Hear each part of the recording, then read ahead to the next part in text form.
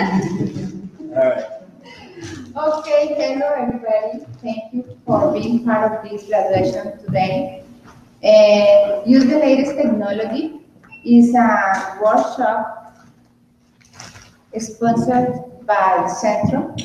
Centro is a non-profit organization, and they are focused on growth and development of entrepreneurs.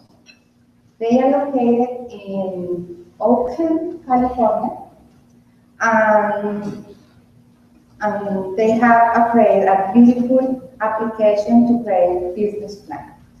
The program consisted of 18 hours in class by a facilitator trained to foster critical thinking.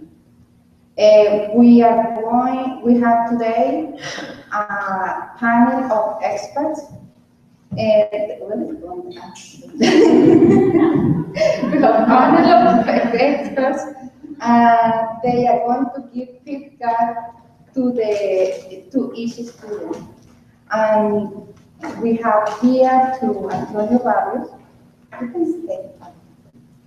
Antonio Barrios is from SBDC of Kennesaw University. You want to say something? I'm glad to be here. I've been with the SBDC for 5 years. Most of my business consulting is access to capital, help identify capital for entrepreneurs. So I'm glad to be here, be part of the presentation, and thank you for the invitation. You're welcome. Sandra Shuri. Sandra is the Director of Workforce Development in Latin American Association. Sandra, welcome. Thank you. Say something? Yes, ma'am. Well, I have experience in the for-profit and non-profit sector. Back in the for-profit, I used to work for Malvas and Mark back in Colombia, as well as for Anderson Consulting, doing business consulting. And then I switched to the non-profit sector. I used to work for Refugee Women's Network, a non-profit agency, and I was the micro enterprise program coordinator, helping immigrant women to become self-sufficient by entrepreneurship. I was there for 5 years, and now I just switched to the Latin American Association. I am the managing director of workforce development, and I oversee the small business program as well for women. And look at you like and adult education as well as the employment area. So I'm glad to be here. Thank you, Sandra. And Cindy. Cindy is from Regions Bank. Welcome, Cindy. You can stand. Thank you, that's it. Hi, my name is Cindy. I'm the Assistant VP of Regions Bank, a branch manager located at the No Cost Branch, which is right down the highway. We're located at the City of Festival too. That's how we got the ACE, the Women's Center. And it's an honor to be part of this great presentation. My focus is on business development. I do focus small business loan, and we partners up with the ACE. We different products that we can offer and help the clients we refer with ACE. So we continue to work with there. Thank you so much. And the last one is Bonda Ecos.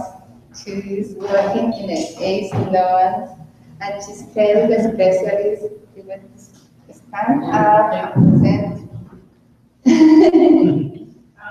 Sorry for that, but I am actually the loan officer for Active Capital. I do the loans for under 50 and under.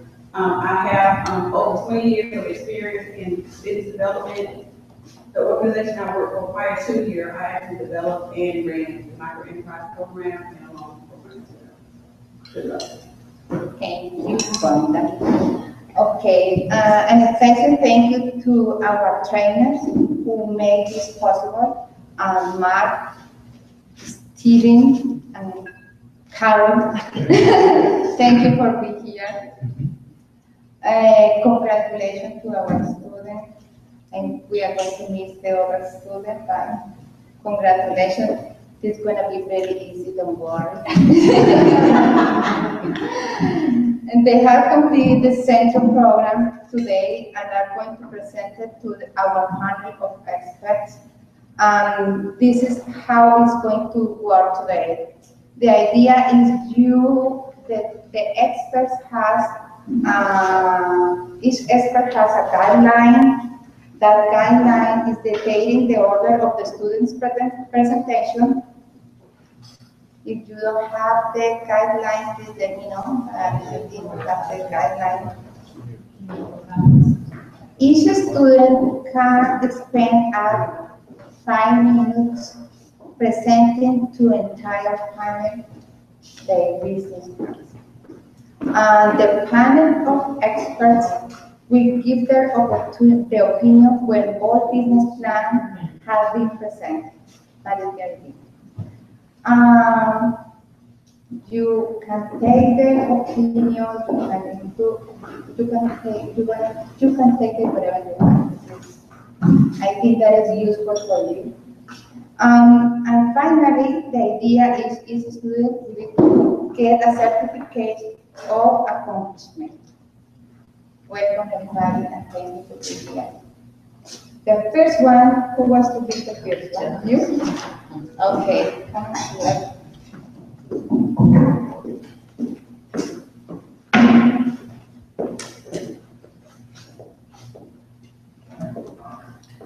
Good evening. My name is Jill Crump, and I am the owner of Jill's Personal Care Home, North Georgia. Imagine your life, busy with your career, involved in faith-related responsibilities, spending time with your spouse, your partner, friends. Do you have kids or grandkids? Do you attend sporting functions and school activities? Have you thought about how you would help or contribute to the care of a loved one? Could you bring an ailing family member into your home? If not, consider a personal care home. Due to the increasing costs of nursing homes and assisted living facilities, the ratio of residents to staff, as well as medical and insurance cuts, the personal care home option has seen tremendous growth over the last 5 to 10 years. Jill's Personal Care Home of North Georgia is the answer. We are a 6-bed facility. We are licensed by the state of Georgia, located in Beaufort, 1 mile from the Mall of Georgia. Now, there are several other comparable personal care homes in the area, but why Jill's Personal Care Home? We are sensitive to each individual needs. We take everyone's dignity seriously. We only employ happy, personable, professionally trained caregivers that love what they do. Our mission is to provide dignified, long and short-term care in a compassionate environment. I understand that choosing a personal care home can be challenging.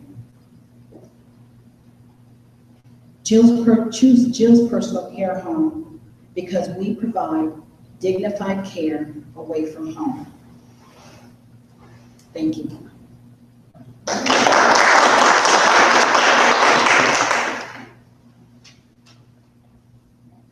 Are there any questions? Yes, I have a couple. You stated that you were located in an area where there were not many personal care homes? No, there are several personal care homes, and so I was just indicating why we were special. Okay, and can you repeat that part again? What's your niche? My niche is that we are sensitive to each individual needs. We take everyone's dignity seriously, and we employ happy, personable, professionally trained caretakers that love what they do. On your employee, basically employees, when you say professionally trained, what are the qualifications? CNAs, we employ CNAs. Okay. And I as well will be taking the CNA course as the owner, just so that I understand the experience. So you will Have take the it. experience. That's your plan, that you will take I'm that. planning to do that, yes. What is your market? Who is your client? My client are baby boomers, individuals that are 65 and older, or, excuse me, families with aging parents, 65 and older that are no longer available or cannot live on their own. But I don't want to just limit it to that. It could be people who have been in car accidents, you know, it could be younger and they're unable to take care of themselves for a short-term period. And so my facility would be able to support. Okay, that was going to be my next question. Is that going to be at home, your house, or? It's going to be my home. Initially, it'll be my home, and then as I stabilize, then I'll probably move on and just have the home as a separate facility. And what's your initial capacity that you're planning? It's going to be 6-bed facility. So it's not going to be, it's just basically 6 people. 6 people, yes. And how many employees? 3 to 4 employees working around the clock, 6 to 6 p.m. shifts, 6 a.m. to 6 p.m. 6 people and then 3 to 4 employees. Yes. So per shift, how many people are you planning to have per shift? Say that again. Per shift, meaning that you have 6 people that's staying with you, you can care for. It would So be per shift. one per shift, but they will overlap towards the evening so that they can, you know, discuss what's gone on over the day and hand off the, whatever is needed or whatever notes. So there will be a slight overlap on the shift, but it would be 1 person per 6 residents. And what is your starter budget? Actually, I don't, I know right now, the home that I currently have is on sale, is up for sale. And then once I sell my home, I'll look for a ranch style home. But I don't have the numbers at this point. I mean, I don't know what my startup costs will be. And then what about handicap access? Your facility is going to be handicap accessible? And Yes, it is it will. also going to have a separate parking to kind of be able to assist those needs? What I envision in my facility is that it will be handicap accessible in the, in the home, in the restrooms, and the access to the home, as well as a driveway. My vision is a 1-acre property with ample parking. And in order to become certified by the state of Georgia, you do have to have the appropriate handicap approved accommodations. And then transportation is concerned, will your facility be able to transport the patient to the needed appointment, with the needed appointments they might have? Or is that, like a doctor's appointment, whatever appointment they might have, will you be able to provide that as well too? Or are you gonna have the family members or some other groups kind of work with that? Because Well, it will be, family members will assist the residents, as well as if there is a need, I will have the ability to transport my residents to the hospital or to doctor visits. If they are a hospice patient, the nurse, usually the nursing staff will come in to see the resident. Can you tell us about the licensing process? How does it look like, and where are you at this moment? How do you plan to follow? I have not started the licensing process.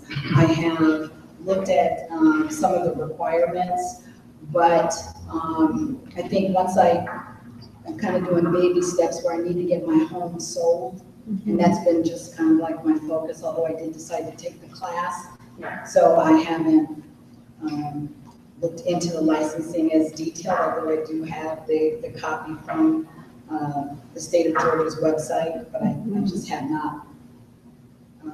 Just make sure you review the needs that the fixing to the new house that you have to meet in order to meet the requirements. And I also thought about, before I purchase that home, is to see if I can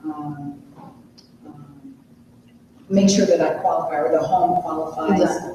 so that I don't purchase a home and then all of a sudden, okay, it's not gonna meet the needs of what I need. And make sure you ask the homeowners association if they allow you to do that.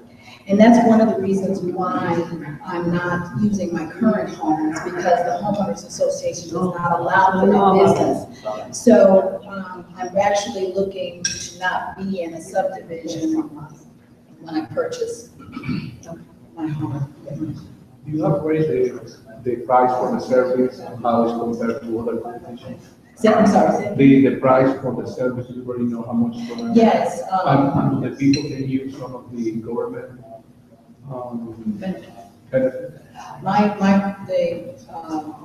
prices range from $2,500 to $3,000 per month for the services that I'm going to offer. I'm also a hospice volunteer currently. I've been a volunteer for probably over 15 years. And so I have a relationship with the hospice agency. And so I just want to ask a question, and make a statement. I think that you did a really good job explaining what you are doing and what you plan on doing moving forward.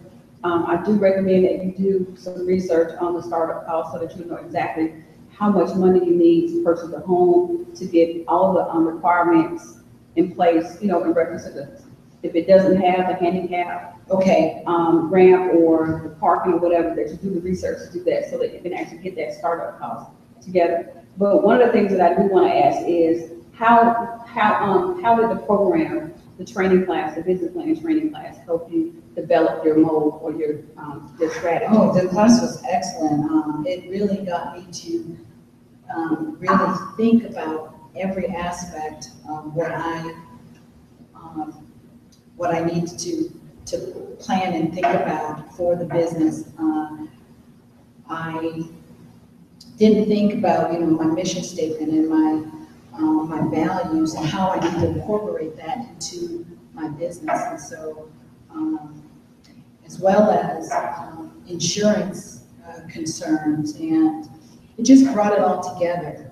And Mark and Stephen were just excellent instructors, and they just their enthusiasm for business owners was evident, and they were just so knowledgeable in their areas that they just got me more enthused over starting my business. So the class has been invaluable.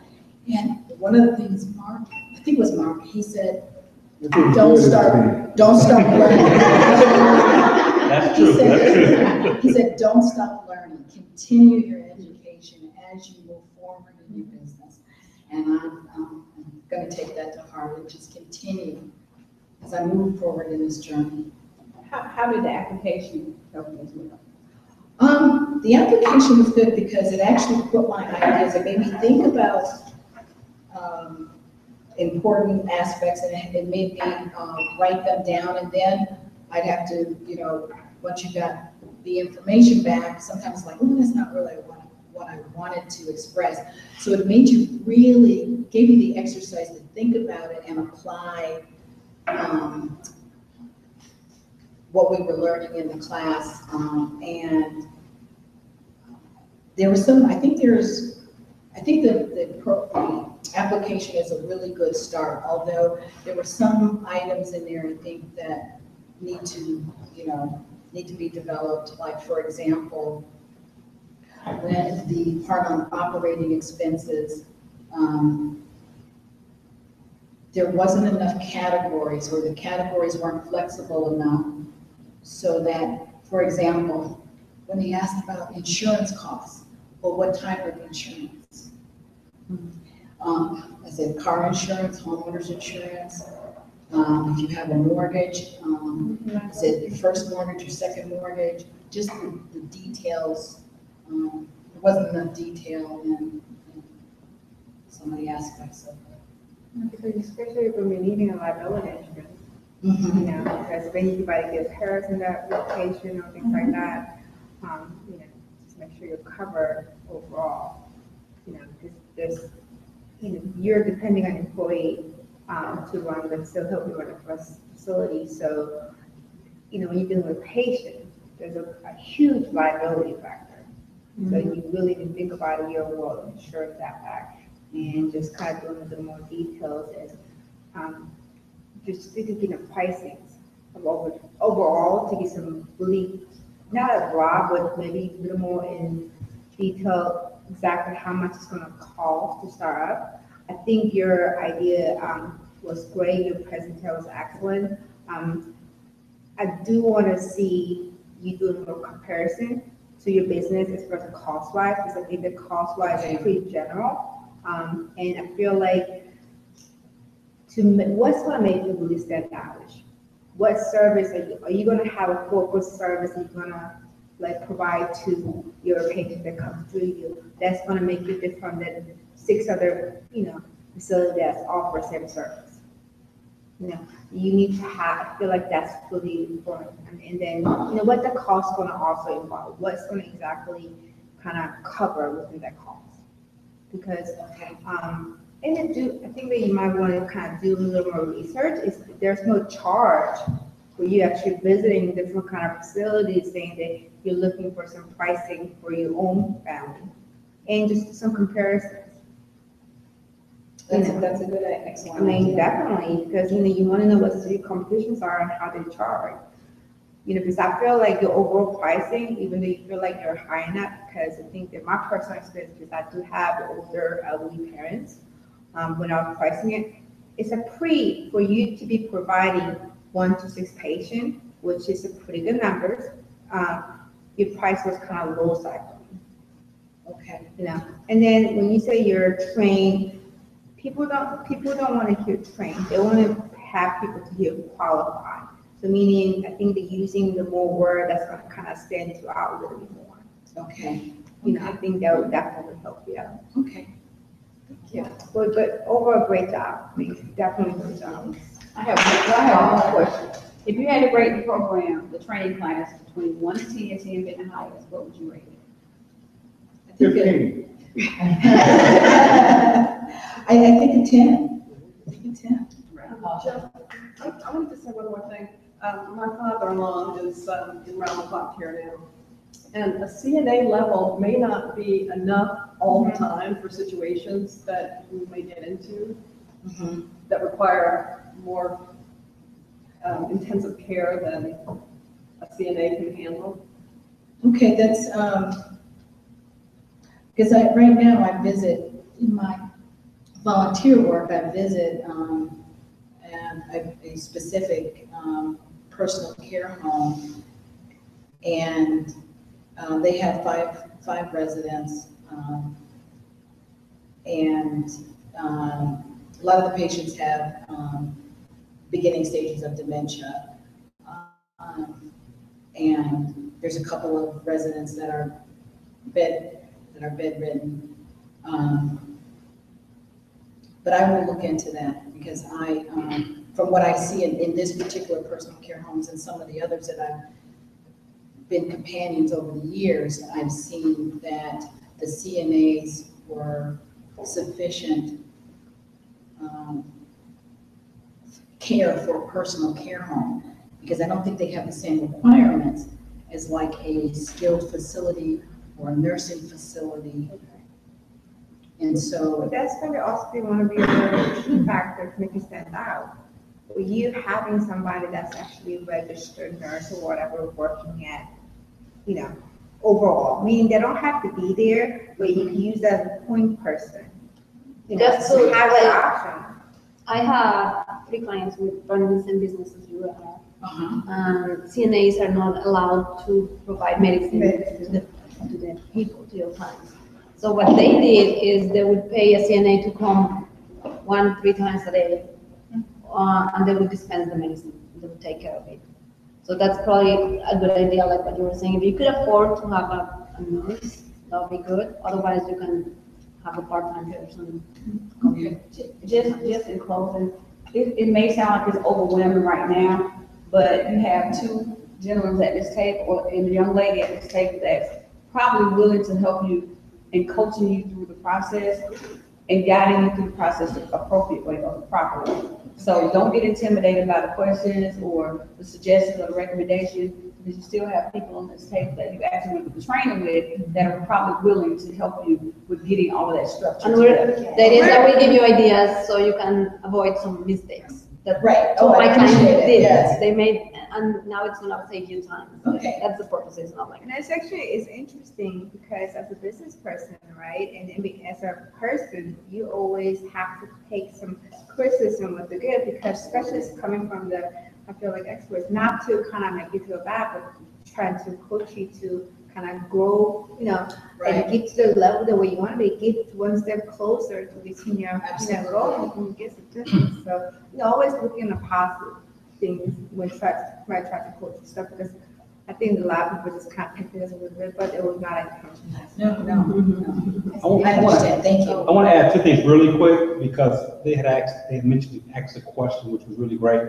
And that question was, somewhat to the point was, who are you marketing to, or who's your client, right? And I think you had answered that it might be those that you are really the end user. And sometimes the end user isn't the person who's your Right. client, right? A lot of times it might be the caregiver, the adult son or daughter who actually is paying Right. for Medicare. And so therefore your marketing might be going towards them. The end user is going to be the one who's benefiting from your services. The second thing I just want to bring up is when you're presenting, because you did a great job, but you also want to talk about how you're going to get the attention using marketing, what marketing strategies they may want to ask. Are you going to use what Facebook or Twitter? Are you going to use a billboard? Are you going to use flyers, referrals? So, you always in your presentation, you may want to bring up, here's how I'm going to get the attention of people that I'm looking to Okay. right? But I think you did a wonderful job. Your presence was really great. Yeah.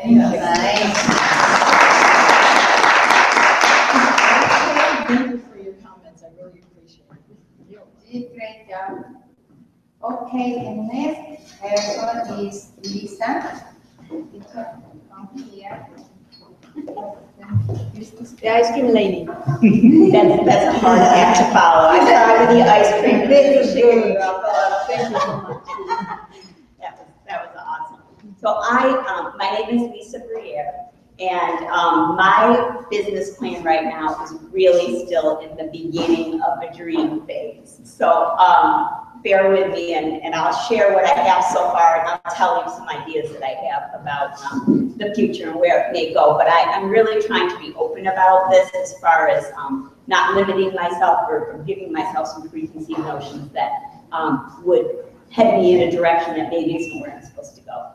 So my dream is to open up an ice cream shop in Norcross. I've lived in Norcross for 2 years now. We moved from the north, and I love Norcross, love it. And the thing that I love most about it is the people. In particular, I've loved getting to know all of the people of different cultures in our city. And I live on this side of town, less than a mile from here. And yet I have found that many of my neighbors have not met people on the other sides of town. And that makes me sad, and it makes me want to do something about it. And so I have been dreaming about opening an ice cream shop that perhaps might be called Love and Spoonfuls. And I want to have it located right in historic Norcross, right on Peachtree, right on West Peachtree. And one of the reasons I want it there is that people come from all over Norcross to hang out at the park that's over here, Thrasher Park. That's where I see the biggest beauty in this city is there, because there are people of all ages, of all socioeconomic groups, of all everything, faith, background, opinions, whatever. And I want to be in a spot where I can catch those people. And the reason that ice cream is appealing to me is it's something that everyone can afford and most people enjoy. So Lovin' Spoonfuls, I hope someday to open in downtown historic Norcross. I've got a few spots in mind that I'm dreaming about. 2 of them have doors in the front and in the back of the building. These are rentals that would have, it just kind of says, everyone's welcome. Come on, let's eat together. And I really want to have that kind of an atmosphere in our shop. Our shop is going to be a place where everyone who enters with respect and enthusiasm, and not just the sugary sweet kind of stuff, but I think that hiring people is going to be key to making sure we're working as a team to be genuinely accepting and loving. Let's see. So I want this place to be fun. This is going to be a fun place to be, and it's not going to be a fast food kind of place. I want to use glassware so that people have to come and stay.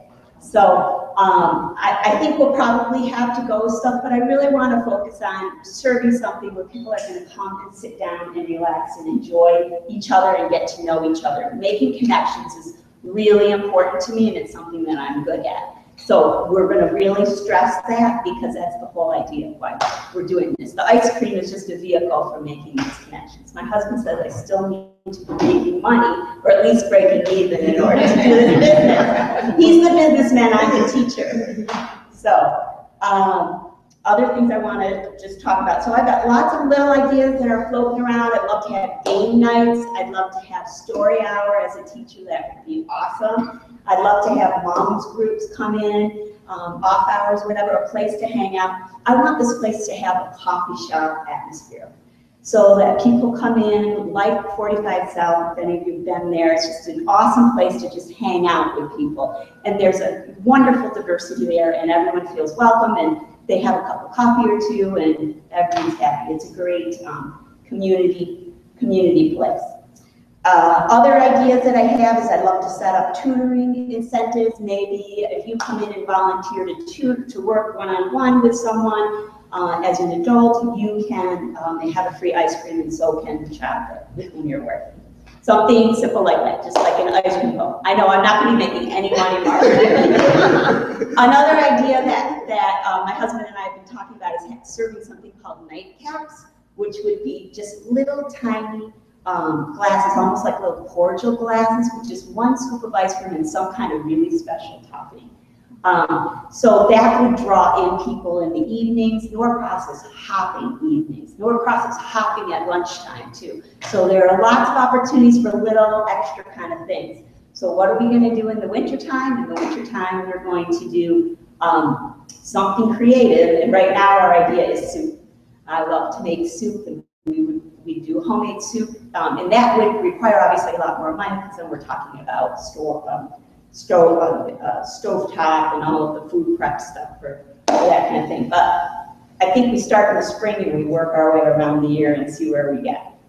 All right, so I've been very passionate. I've talked to you about a lot of things, but none of this has been about business really. So let me just tell you a few things. There's a realtor, there's an ice cream realtors association that has all kinds of great information for new ice cream shop owners, for prospective people. They're having a big conference in November. I can't be there because I'm going to be in Israel, but I'm really praying about finding someone who will step up to the plate and go there and take notes and make connections. And that could be a beginning. We'll have dairy-free, dairy-free ice cream or whatever, lactose-free and gluten-free, so that people can be, everyone can be enjoying ice cream regardless of their dietary needs or whatever. So I've looked into rent. It looks like right now there's nothing available of the right size in historic Norcross. However, I've got some little ballpark ideas of what people are paying, and I think that we would need to pay about $2,300 a month for rent for the size shop that we're thinking that we would need. I've looked into equipment. Equipment's going to cost at least $4,300, and that's for freezers, tables, chairs, signs, everything. So that's just like a minimum. And then depending on where we end up being, there's going to be the cost of rebuilding whatever space we've got as far as plumbing, and if we do soup, there's going to be a gas line and all that kind of, there will be a lot of extra things like that. One more thing, because I'm probably way over and I forgot to look at my clock, or my watch. One more thing that I'm thinking of is I really want a diverse staff, and I really want to have high school students working. So I'd like to have like a co-manager or an assistant manager working alongside me. One of us will always be there, and then in addition, we'd probably start out by hiring 4 either high school students or older adults, like retired age people, because again, I want to have that diversity.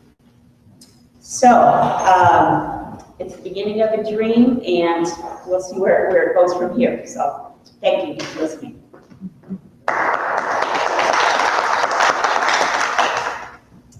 Do you have any questions? Okay, let's figure out the numbers real quick. Yeah. Okay, pricing. Space, how many square feet? You said? You know what? I don't even know how many square feet. I've been walking into buildings and finding out about how much. And so what made you think that $2,300, is that per monthly? That's what you said, so lease is gonna cost? Mm-hmm. And how did you get that number without knowing what square feet the? Right. So what I did, actually totally unofficially, I've just been chatting with people who have businesses downtown and what they pay. We're talking a small building. We're talking, there are some that are like already divided in half for rentals. Am I way low? Is that what you're thinking? So when that, Am I really low? Is that what you're? actually, no, I think you're really high, so I'm trying to You figure think out. I'm high? Mhm. That'd be awesome. Because Well, dress up is available. The building for do dress you up. wanna go that big? It's too big. It's too, well, my husband said it's always better to start big because then you have room for expansion, but that's $4,600 a month from what I've heard. I haven't been able to reach that It's actually in I person. rent downtown North Bronx, all the houses around there. Well, not necessarily because, I do work for the bank that's located in North Coast. It's just, and I actually know somebody that's kind of got a space and they're, it was within, I think it's all depends on how you go by it, but when you try to get out the number, it's just confirming the number, square footage of it. Right, yeah, I don't. It is expensive in North Coast, I'm not counting that, but, when you try to think about the lease amount, like what square feet, how much square feet. So you say it's $2,300, it's gonna cost you $2,300. So like, well, first thing we're gonna say is how many square feet, that kind of stuff. So that's just kind of one of those things I wanted to kind of ask. Because actually they have, each time there, some places it's divided. Like some buildings in North Coast, it's actually divided into kind of sections. So if you're actually owning, like if they're letting you have that little section, it's a lot cheaper. Right. I really want to have the front and back. Front and back, okay. To me, that's very symbolic, and Skin Alley, you folks are from around here, so you know Skin Alley. They're developing Skin Alley, and there's a whole art project happening there called Art is a Way, and art is a way to connect the two North Crosses. Most definitely. So, I would love to be right there, and that's expensive. It's there, $4,600 for that dress up. That's a huge building, but it doesn't have plumbing and it's got high ceilings. It would be expensive all around. Would they ever to partially rent to that spot, like meaning, that kind of stuff? Oh yeah, I thought of that too. If you look at Dress Up, that particular building, it has a beautiful, it's from the year 1900. It was a hardware store, and it has a beautiful front entranceway, but it's right in the middle, and there's, you know what? I bet they probably could. I shouldn't say no because I don't have that vision, that spatial thing. But to me, it seems like when you walk in that room, it's all one big room with the centerpiece of this gorgeous door and these beautiful lights and maybe it would be a spot. Maybe we could have a park. And then after that, for your plate, I know how much, and I love City of North Cross. I mean, like literally, and I've been looking for property in City of North Cross myself, so I know the expenses that comes with it. Do you ever thought about backup? What if you can possibly not get the City of North Cross in the spot that you really want to do? What is your backup plan for the business? You know what? I don't have a backup plan. I'll tell you Or why. the backup location? This will not be something that will be, I'm not doing it to make money, I'm sorry, and I won't be getting a loan. It will be something that my husband and I will just choose to do. And it's a God thing, to be honest with you. And I feel like this is where we're supposed to be. And if every door keeps opening up, we're gonna keep walking through it, but I don't. So you want to, basically, this is it? Yeah, and I don't know if we're going to do it at all, but I thought, I'm taking my baby steps, just like Jill, learning about business. I know a lot about business now, thanks to these two guys. I do, I've learned, it's been incredible how much I've learned in what a short time. It's been great. But I still obviously don't have a clue about making money. I love the idea of ice cream truck. I mean, I think it's really there. And then, kind of start to get your flavor out and what have you. I mean, you want to focus on no cost. So there's a lot of little shops you kind of put your products out. Is that kind of meaning that for you to kind of have for people to kind of taste your product and see what the reaction is going to be? Maybe to start off, this idea is maybe you start off, you might talk to some shop owners, like meaning some cap it from 45 South. Oh, ask if I can serve ice cream there. Yeah, I mean, like meaning, they don't have the ice cream. So maybe during summertime, I say, hey, I'll provide a cooler. Can I have my ice cream, there? And depends on how much you sell it. I could just kind of. Right. Just idea. Yeah, that's a good Just idea. and then you can kind of get some ideas of, what does really, really good. So you kind of, because while you looking for the location, you kind of get your flavors together, what's going to be flavor, and kind of getting some reactions. It's a good idea. It's a good idea. Thank you. Well, I love the idea, the business idea. I think North Cross downtown, there are many restaurants. I don't think there is a place for dessert.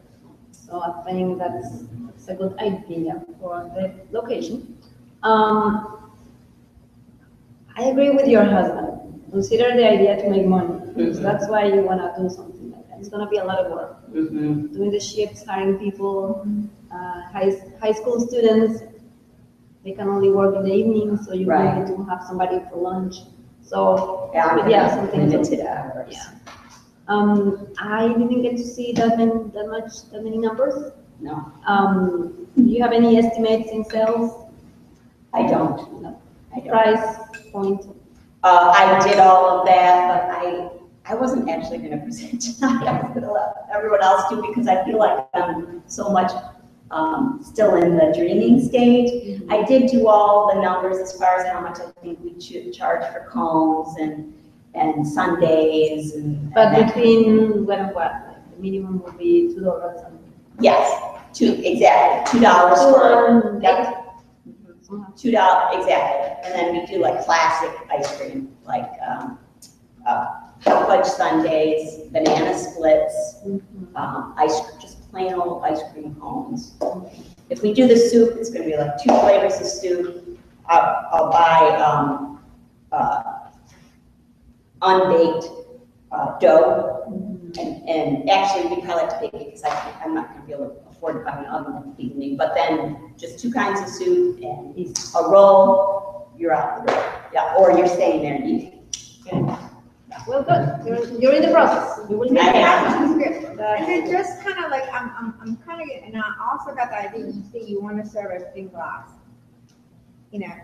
Ice cream shop. Dishwasher. No, but the thing about ice cream shop, glass, children, and ice cream shop. So you just want to kind of, sometimes I think the idea is great, but sometimes you kind of need to focus on who your target's gonna be. Mhm. So glasses are also pretty dangerous for the kids when it Mhm. comes, especially ice cream. When you think about ice cream, you automatically think about children. Yeah. So instead of, so I think that my thing is that dream's great, having great ideas is great, but it needs to be realistic to the point that where it's gonna be realistic for your business. Mhm. And also you were saying that you love the idea of people connecting in the same place. Mhm. That works unless it's the time where everybody wants to have ice cream. So if you have a mom's morning lunch, Mhm. lots of moms with children connecting, they're taking your space, because I think it's gonna be small, 'cause yeah, So that would be a go for it. then you won't be able to sell your product because it's crowded. So maybe you can think about doing the mom thing in the mornings when it's Before slow. it opens up, actually, is what I was thinking. Exactly, or in the evening, the Some of those afternoon, before connecting. people start coming up late. Now, what else are you gonna serve with ice cream? You say ice cream shop, but you just focus on ice cream, and then you say you're gonna serve some soup and what have you. So it's summertime, but then you just have to your ice cream shop is gonna have enough to maintain the sales, to kind of maintain business, or do you have to supplement it with maybe cookies or, or bakeries or something, that kind of stuff. So just kind of being mindful of that as well too. And then also think about how a lot of time when you do it, and I don't know that for a fact, when you deal with a lot of small cities, they kind of restricted on what kind of business they'll allow it to kind of go in. Right. Because they don't want Right. to have so many of a business that serve the same thing, same exact thing. Exactly. So you just want to kind of keep that in mind. Good, that's I good. just want to make a comment. First, keep about your passion. That's Most important. definitely. Keep up with it. With your But the passion. passion that Oh, you the have, passion, yeah. that's a key. In my opinion, many small businesses close not because of the government, not because of the money, it's because many small businesses they lost that passion. So when you lose that passion, everything looks like a really difficult to overpass. One other recommendation that I tell people that are planning to start a business that have never owned a business, that they don't have worked in that business, go and volunteer or work for a similar business outside of that area, because you will have the opportunity to learn about the operation, because the passion is important. When you want to learn about the operation, if I live in Norcross, I would like to support you. I would like to go and buy ice cream, but you have to be able to generate enough revenue in order to keep open. And I will do as a client the best I can, but I mean, at the end, it's the business owner who is the one functional. So You're right. if you go outside and you volunteer, if you work in a similar business, and believe it or not, many small business owners will be willing to share a lot of their experience. If you're not going to be a direct competitor for them, they will share a lot of information that you will know. Imagine. So keep That's that in great. mind, keep your passion, because that's important for any small business owner, and just get like these resources that you're using. That's what I tell my clients. You don't have to know everything. You just need to get people around that can help you. You need somebody, an accountant, you need a bank, you need an attorney. Those are things that you can get together, but the passion has to come from you to keep it. Thank you. And then on piggyback on that one, and I think that's great, is because that realistically, you say you're not gonna need you might not need to borrow money to get your business. But truthfully, when you think about business startup costs, I mean, it's gonna be a lot more than what, I don't know your finances, but a lot more you could afford, right? So meaning, when you're going through, as a bank perspective, going through the loan process, right? When I'm trying to lend you money, first of all, a lot of banks think that restaurants are rescue business, so it's a different kind of category. But that's that. What I'm going to ask you is, what kind of background do you have? How many years have you been in this business to support in the industry to kind of support this business and make sure? So think about when anybody want to lend you money, we want to make sure you can maintain the business you're opening, right? But if you never work in the industry, or you never have any experience in the industry, it's also the limitation. So I think it's great that you just kind of build a little experience, whether it's a part-time basis or just kind of going and, just kind of learn about the business, what it works, and, what's going to help out. That's great. That's great. Thank you. Thank you. The questions about the application. You have a question? Oh, I have to, I'm gonna do that every time. Okay, so with the application that you've learned, that you utilize in the class, how did it benefit you? It's a great structure for organizing thoughts. I could not have used it without Mark and Stephen. Mark and Stephen were doing the teaching, and then the application was kind of like the filing cabinet for me to put my thoughts after my learning. And I don't know if it would work better. I'm just thinking as I talk. I wonder if it would work better if we learned about marketing and then did the marketing homework. Because what we were doing is do the marketing homework. So it's good because you're struggling like I don't have a clue what I'm doing. And then we had the teachable moment of coming in and learning about marketing. Or if it would be better to do it the reverse. Well, I think the goal was to see where you were, how much we needed, kind of what we knew and because what we if they tell didn't you know. what to do, then it wouldn't be Yep, that's assignment fine. to where you learn how to actually go out and do it yourself. Right. I think that was the purpose of that. It created the need. Exactly. And it also brought up some things that you probably didn't think that you needed to do at the time that you did. Definitely. So I think that was the benefit of that. And then the other thing is to rate the application in the class on a scale of 1 to 10, 10 being the highest. How would you rate it? Okay, the application, I would say 7. The class, 10, because of these guys. All 3 of them, actually. Really. It's amazing that I love this town, this city. I mean, someone supported this, ACE, but Norcross is supporting our learning from 0, and I came in with no knowledge to pour all this knowledge into it. These guys aren't cheap. I'm sure you're not. And that's just awesome that we have that I want to chance. ask you an application-related question. I'm just kind of being nosy about that whole app process.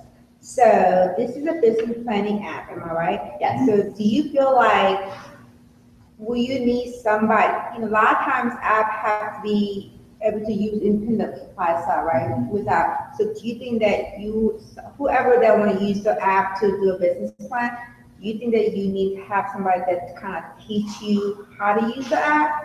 Or they cannot use it by themselves? Not how to use the app, But- all of the principles, like marketing in one night, marketing, my kids are business majors, you take semesters. I'll tell you what I found was the most frustrating flaw in the app.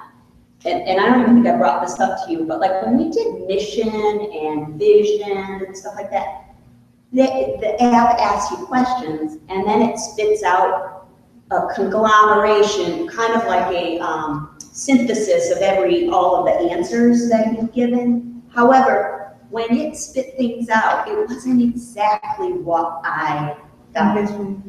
Yes. So when it all was said and done, after I answered all the questions, I had to go back and kind of restate what I really meant. Like one of the things was the ice cream shop, was what I was calling it, is in a great location, is in an excellent location, is a friendly environment, great prices, and good quality.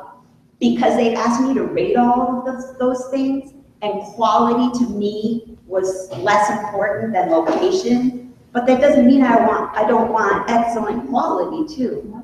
Do you know what I'm saying? Yeah. They ask you to rate them, and then they put your thoughts together, which wasn't really, and maybe that's because I'm a teacher and I want everything to be perfect, but I think that was the flaw that I saw in the application. So you feel like somebody with general idea could be able to use the app to do a business plan? I guess that's what it's for, I'm just kind of asking. Or do you think that somebody have to kind of coach you, follow through you to be able to use the app?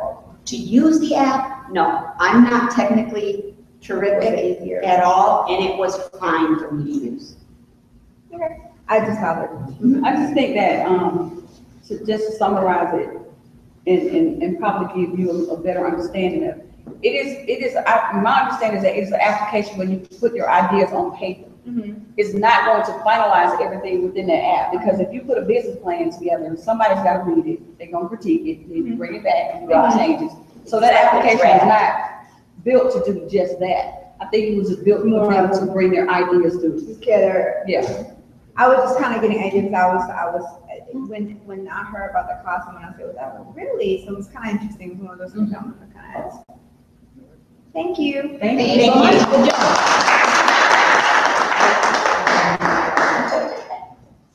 Okay, next is Lydia, who represents Healthcare Fitness, and today we learn about two things: kids education and kids patients. Yes? Okay. You can. A little nervous. I didn't know y'all were gonna ask a question. Okay. Let's see. I don't need to talk after that. No, just leave it there. Oh, Go ahead, Rose.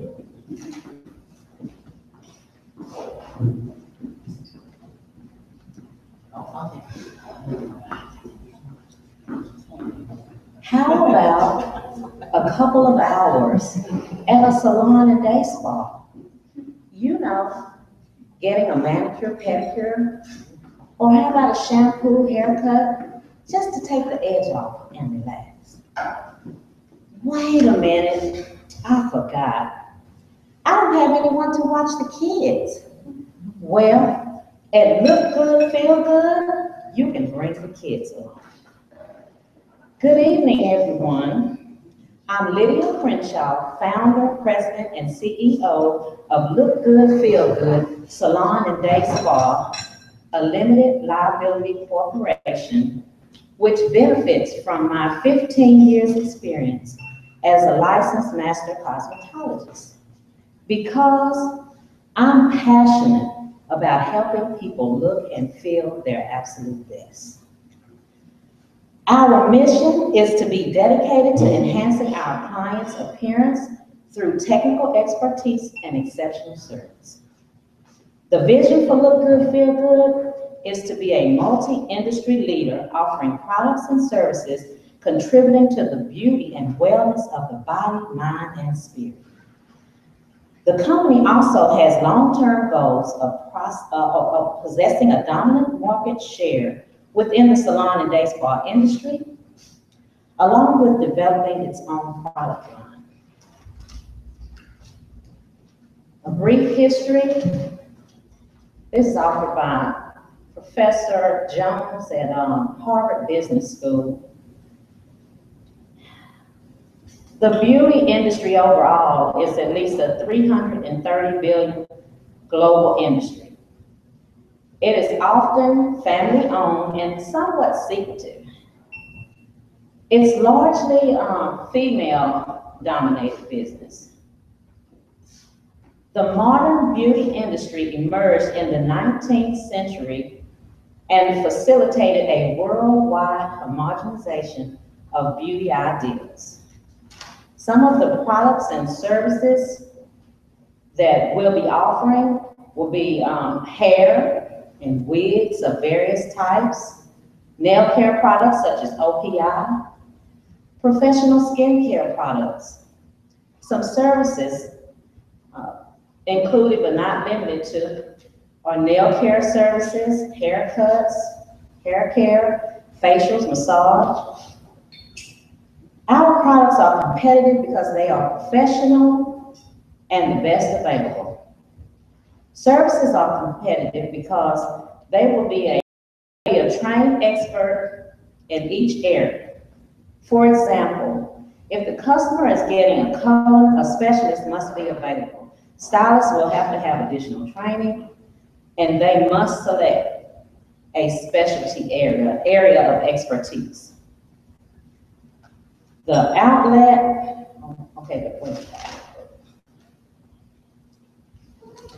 the industry outlook, recent history proves that the salon and spa industry is an engine of job growth for the U.S. economy.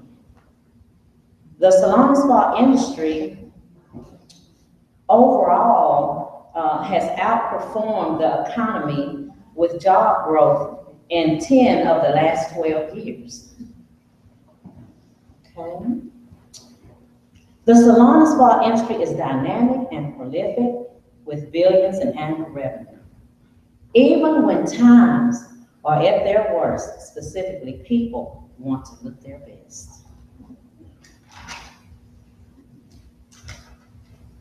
Some critical needs perceived, critical needs that we perceive of our existing market are things such as convenience and childcare. A one-stop shop, because, you know, there's a salon, I guess, almost on every corner, you know. There's a nail shop, there's day spas, but we're gonna have all of that in one. And you can bring the chair. My target market is 75% female and 25% male. I'd love to have more males. Sometimes it's more difficult to get them. The age range of my target customer is about 30 to 65. The income, the average income is 40,000 and up. And our operations, which is a description of how the company is organized, is I'd like to have the business model. Well, I have at least 3 different business models that I like to operate out of. Bricks and Clicks is one. It's an extension of in-store shopping to include online ordering with in-store pickup or items found exclusively online. Another model is the subscription model. One of the more popular models because of reoccurring revenue. It typically involves creating a significant asset and renting a piece of it. An example of this is selling a wig and then offering maintenance services for the wig. And then lastly is the business model of premium, which is you offer a high-end product that appeals to brand-conscious customers. So who? Brand-conscious consumers or customers. And then the operations is, well, I like the, it's like a multi-industry business. So I want each business to be like the nail place is gonna have it has its own name. And then like phalanges. And then the hair is Hair Mania Studio. And then, I don't know, Kids Corner is for the kids, but it's just something, it's just, you know, for the customers.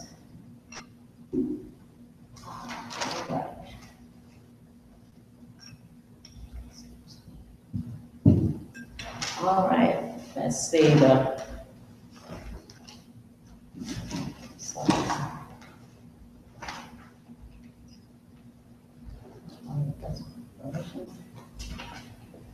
all right, necessary or special licenses. Well, my cosmetology license, well, you don't have to have a license to, you know, open up a salon, but it's a plus. And then also there's the license that I need to get licensed through state board. I mean, they have to come out and inspect and all of that, you know. Then I need to get a business license, and I'm gonna have to get, let's see, tax ID.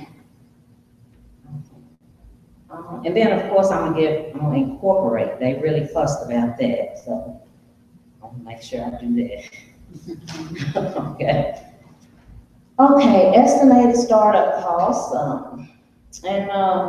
Well, I estimated that it would cost about $125,000 overall. And I did let's see what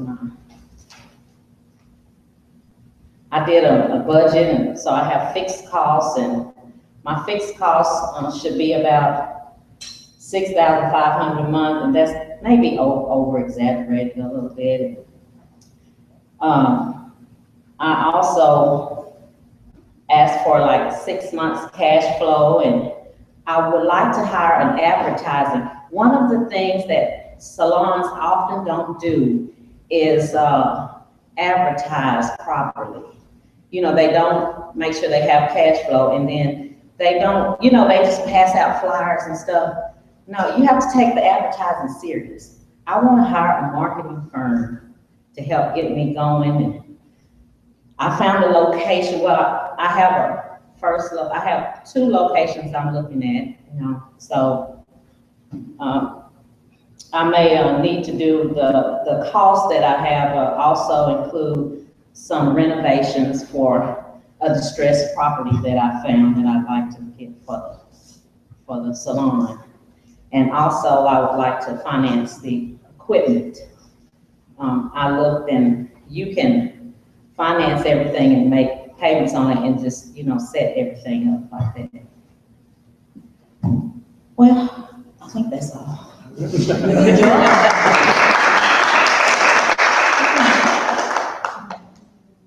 Y'all have any questions? I just feel like you did a really good job. You covered every area of it. You did your research from history. He emailed that paper, and I just did answer every question. I really tried. You did a really good job.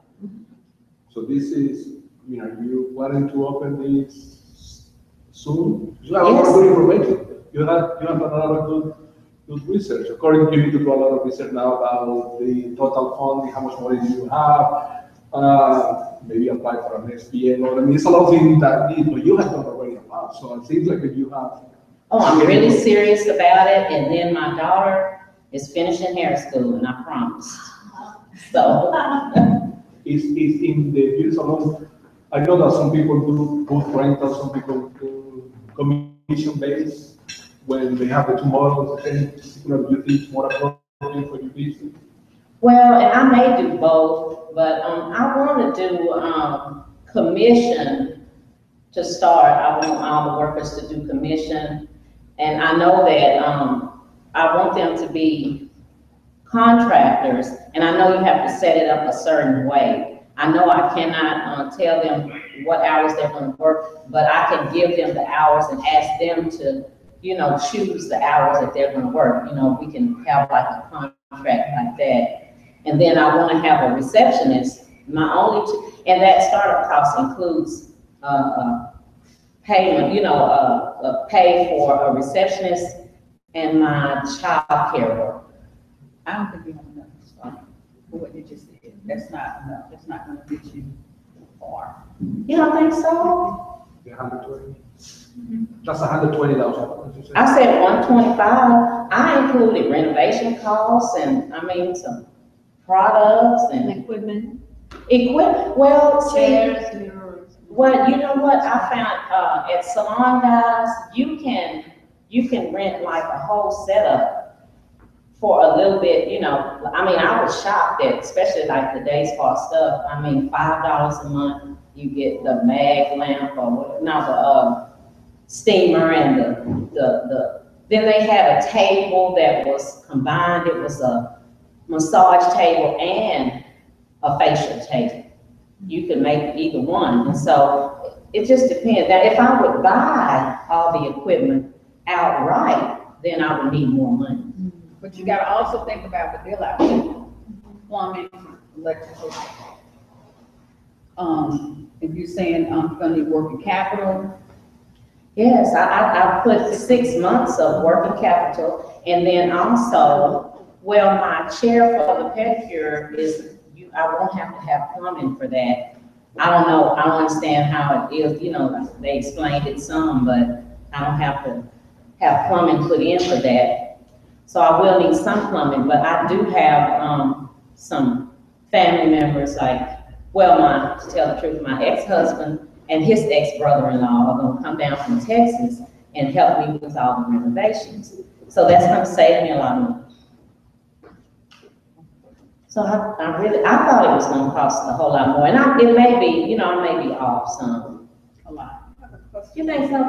I mean, because you named 4 different businesses. You got hair salon, you got the internet business, so you got inventory for that. You gotta have, shipping and, receiving and all that stuff. You gotta pay somebody to do accounting. You gotta pay somebody to do your marketing. You gotta pay somebody to do. I put a marketing budget in there. I don't know I just that. think you just need to revisit that budget. I looked at software Start for the off. accounting. Now, I went to a thing they had at my church. My church has business things and I met somebody and they have like this software, your computer can do a whole lot of stuff. And so I figured I would get, and then at the salons, I worked at Great Clips and Supercuts and those places, and they can do so much from that computer, you wouldn't believe it. And they even time how long it takes you to wait on a customer. And so, I figured the computer can help me handle inventory and that accounting part and. But then getting that set up, getting the computer to get the program, to get it set up, the software to set up the way you want it to function is gonna cost you a lot, because because you can't just buy simple software to function where you wanna function.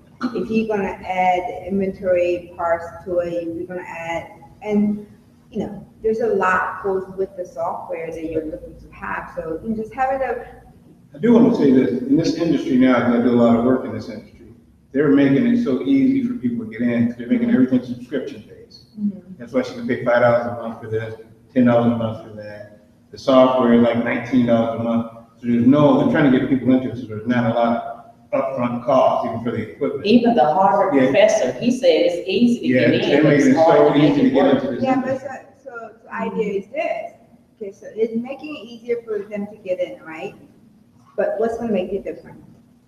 What's gonna make me different? Exactly. So you say you're gonna have childcare, but then when you think about childcare, people think about, day spa, they wanna relax, they really don't have to deal with children. So meaning that, are you gonna have the enough separating space? Are they gonna soundproof? It's about 3,000 square feet. It's at least 3,000 square feet, and then I figured, I don't know if it'll be 1,000 for the childcare, 1,000 for the day spa, 1,000 for the salon, but the place is big enough to be able to section off something totally different. And then, and I didn't estimate, I had hoped that eventually I could have some surveillance in the child care so that we could look in there, but I didn't estimate that.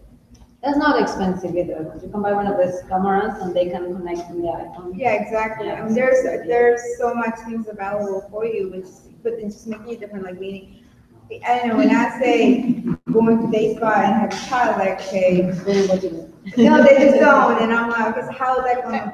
It's a great idea. I would love that. If you have a separate entrance for the children. Oh, yes. She has 3,000 square feet, she has a separate entrance, they can drop the kids off and then they can go. But I think overall it is great. You're right. A lot of females don't like to go down to the shop because they have to drag their kids along. They don't have it. They don't have somebody to watch the kids. Because they don't have anybody to watch the kids. And I actually found news articles, and I thought about using one of those, but my family debated about me. They said, oh, that's so shocking. But I found a news article where a lady was cited for child abuse because she left her children in the car while she went to a nearby tanning salon. And things like that happen because, sometimes you just need that break. How about extended hours? I wanted to ask you about your contractors. Do you envision them working exclusively for you and or full-time? Maybe, but they don't have to, whatever times they agree to be, especially to start out, we'll be slow. That's why I'm gonna have that one room. I'm gonna have the one room for facials and massage because we probably won't have as much of it. But then later, I'm hoping can have another room, one just for facials, one just for massage. But I don't expect them to just be there all day unless I can at least pay them some kind of wage. Right, the IRS that's an area that they're really strict on, is that distinction between contractor and. And I can investigate that. I worked for them for a long time. I was a tax examiner, so I'm very familiar. Yes, I got the tax angle down. But I think overall, you wanting to expand basically your basic profession. So you're a master personality, like have a background to it, and for you to kind of expand that, really is going to give you the job and what you want to build. I think it's a great idea. I do love the idea of having a section for the children. I love your focus, and I admire you for doing such a good job, just preparing, doing the research. A lot of times people don't spend the time to do research for their own dream, and I think how can you not spend time for what you want? And I can see that there's dedication and work that put into it. So, I think it's a really, really good job and great presentation. Thank you so much. So. The final question. All right, so if, just give us your overall opinion of the class.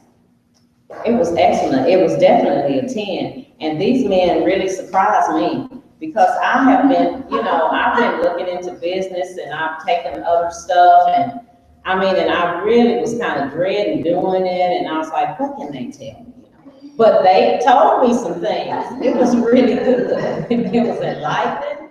I was helped, And then that software, I kept procrastinating. I'm not all the way through with it, and I kept procrastinating. But then one of the ladies told me, she said, well, why don't you take this home with you, And I tried to get out of it, but I said, well, and she said, well, no, if this is going to help you, go ahead, you can take it home. And that's when I stopped procrastinating. And I finally started getting some stuff done. I moved ahead. And so the software was good. I didn't like when sometimes I would go back and it would erase everything I said. I hated that. If you decided to go back and it could just be one area, everything would be gone. You have to start over. So I'd be like, okay, let me write down what I said so when I go back, I can be ready to put the answers in and then change this to one answer I want to change. And then when I got to the section where it talked about my peoples, because, and I really like that site he gave me to study the demographics. I really, really looked at that real well. And it listed my peoples, my target customers, the kind of work they did. It was very specific, but I wish it would have been a place to at least enter in some of the work that they did because the areas were kind of too vague and I couldn't really put what they did. But, it was good. It was like, I'll say 8 or 9, Great, thank you.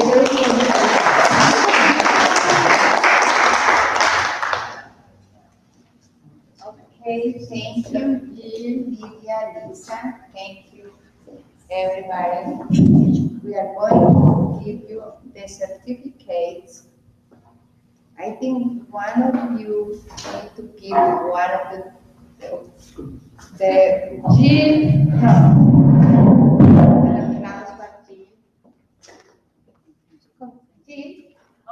come here, congratulations. Yay.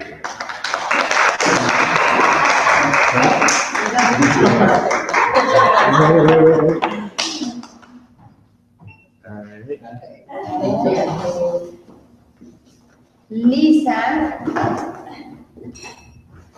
congratulations, Lisa. Yay.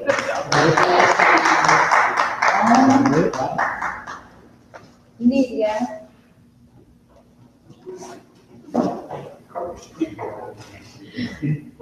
Thank you. Yay. I need all three. Okay. I hope you get one of them all. Yeah, I'm going to do a selfie. Well, no, I was gonna say. Carol, you should get in. No, work, I'll do it. Oh, you got it, right? Carol, get in. Okay. Oh, that's great. Ladies in the middle. Shanice. Yes, ma'am. Here. Okay. Oh, you want the certificate here. Okay. Oh. She got to do one. Okay, that's with the certificate, that's right. Yes, ma'am. With the selfie? No, I got to turn the other way. Oh, you do? Okay, smile and party. My phone is so Sorry, ma'am. Can you come up here so I can get the panel? Okay, thank you to our guests. I'm sorry. Steve want to say something before leave. Remember, this is a big step, but it's not the end. You need to keep going. And congratulations.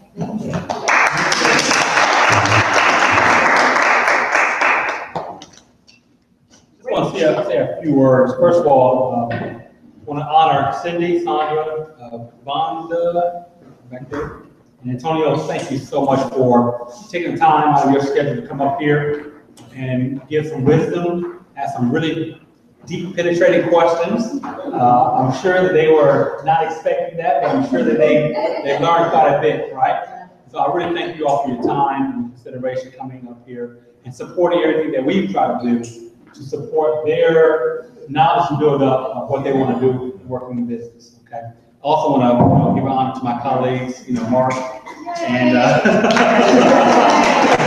and Carol. I love learning. Right? And as an entrepreneur myself, we always want to be thirsty for more knowledge. And the more people that you surround yourself that have some brilliance in different areas, the more you can learn.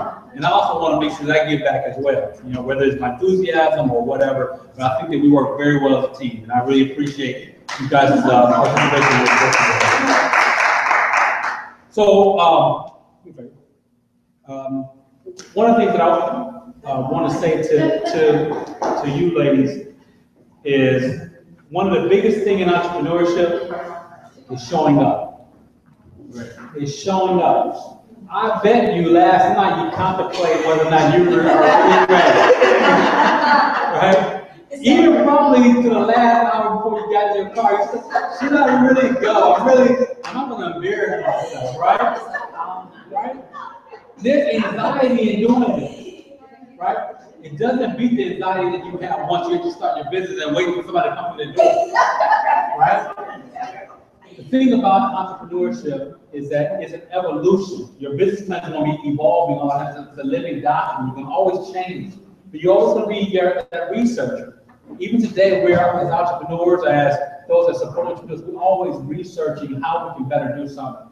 So I definitely applaud you all deciding to come out, because this is an exercise that you're going to be doing over and over and over again. And we have some wonderful people here that can add to some of the things that we try to share with you, that can add to your knowledge base. So I really am glad, because we had a lot of other folks who decided that I'm not going to go and get the experience and may have perhaps even learn from the panel that we have here. So I want to just applaud you with that. The next thing I want to say to you is that I know you're not completely done with your draft or your business plan. I just already said it's going to be a living document.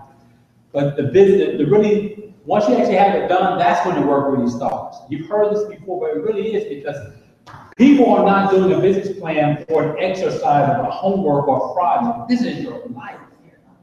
People are waiting for you. You all have wonderful services and products that you are going to be providing to support a need that they have, whether it's to eat, whether it's to gather around and be communal and love their communities, or whether someone who wants to relax and get their nails done, their hair done, so they can go to an interview the next day, or go and have a wedding, or whatever it might be. Those that are really have a lot of anxiety whether or not their loved one is going to be cared for the way they would care for them, whether they will actually get a chance to go out and be in the in the community and feel life. People are waiting for you, and your business plan typically addresses how you are going to be operating. So putting that out, how you want to operate, where you're going to get the marketing to actually get your clients, what money that you need to make sure you properly have a good operation that's running correctly, all starts now, so that your behavior behavior when you start your business matches what you plan to do. And most of you probably gonna realize that what you plan to do is not gonna go as planned, right?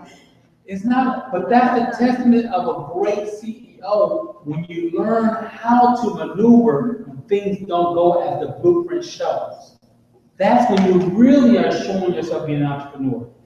Is when it doesn't go, but you have a blueprint, you have a path to the odds. So I applaud you all for wanting to be an entrepreneur, because it's not always about the money, right? Just like what Lisa said, right? It's not about the money. God told me to do this, right? Right? We all have a purpose in life. We all are in that wilderness trying to figure out what is my purpose. And when you walk out and you see the sun, you say, oh, I found my purpose. You're blessed. Because there's still people out there trying to grow up. Sometimes my wife thinks I'm still trying to grow up too, right? But when you find that thing that you think you can offer society and something you're interested in, and you decide to do it, that's when you really start living. Indirectly, you build wealth. Indirectly, but directly, you're helping someone with a need. And if you help them the right way with your concept, it's going to build you the wealth that you're looking for to support your family and so on and so forth. So again, I applaud you all. I feel really blessed to be able to be asked to be a part of this great crew to support that knowledge base, utilizing a technology that we've never really seen before. Of course, there are some bugs, and we thank you all for finding those bugs. Some bugs we saw as well. But we want to make that technology, just like Apple got what, iPhone 6 now, 6S now, right? Well, there was an iPhone 6. Do you think it had some bugs? What about iPhone 2? It has some bugs? Well, Central program is going to have some bugs, but you are the founder of those bugs. Not only the finder of the bugs, but you're the founder, right? And you're going to help others after you have an even better, robust technological experience in putting a business plan together because of things that you guys found. So I thank you for those, okay? And again, I thank ACE. I want to, applaud again. I'm sure my colleagues, Carol and Mark, also, are really thrilled that you all selected us. I'm not sure if they did any of this in the whole United States. It's probably the first SBA organization that has done something like this. Beyond has been out there for a while, but doing it like the way you guys have decided to do it. And hopefully we get an opportunity to keep this going. I want you guys to get your feedback back. So I appreciate you all. And Shanita, I really appreciate all of your support of us. I know you came in late, but I want to give Shanita a standing ovation because she really has, even when you guys were out of town, she was right there with us. We didn't feel like, we were lost or, she, needed to provide us with our paperwork or copies or whatever. She was always there. And I really appreciate you. So, all right. So again, that's all I want to say. But again, congratulations, ladies. You guys did it. Get your certificates. And I look forward to supporting you any kind of way we can.